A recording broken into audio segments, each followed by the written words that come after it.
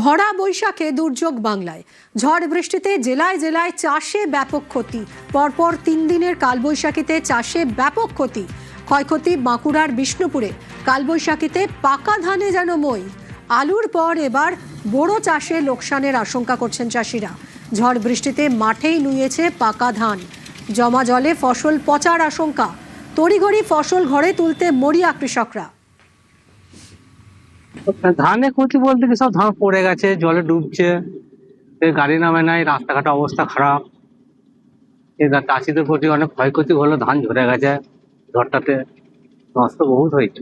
ক্ষতি মানে সবটাই ক্ষতি। ধরুন ধান লাল হয়ে যাবে, পিল হয়ে যাবে, কল হয়ে যাবে, বিক্রি করতে গেলে দাম পাবো না। এই ধান সব জলের তলায় চলে গেছে, পড়ে গেছে, ধান একদম ক্ষতিগ্রস্ত। এই ধান আমরা চাষ করে আমাদের সংসার চলে, জীবিকা নির্বাহ করা হয়। ধান একদম জলের তলায় সব ডুবে গেছে, বিঘে 5 ধান আমার, এবং বরবটি আছে, বাদাম আছে, সব জলে নষ্ট হয়ে গেছে। কালবৈশাখীতে পাকা ধানে মই। দক্ষিণ 24 পরগনার বাসন্তীতে চিন্তায় কৃষকরা।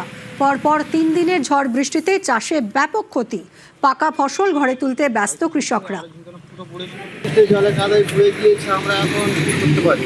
আমার এবারে সরকার থেকে সুবিধা অসুবিধা যদি না দেখে জানাটা কি করে হবে? ধানগুলো পুরো পুড়ে কলা বাড়িয়ে গিয়েছে। সকাল থেকেই তুমুল বৃষ্টি কালনাতেও। চরম গরমে কিছুটা স্বস্তি মিলেছে ঠিকই, কিন্তু বৃষ্টিতে ভোগান্তির ছবিও ধরা পড়েছে।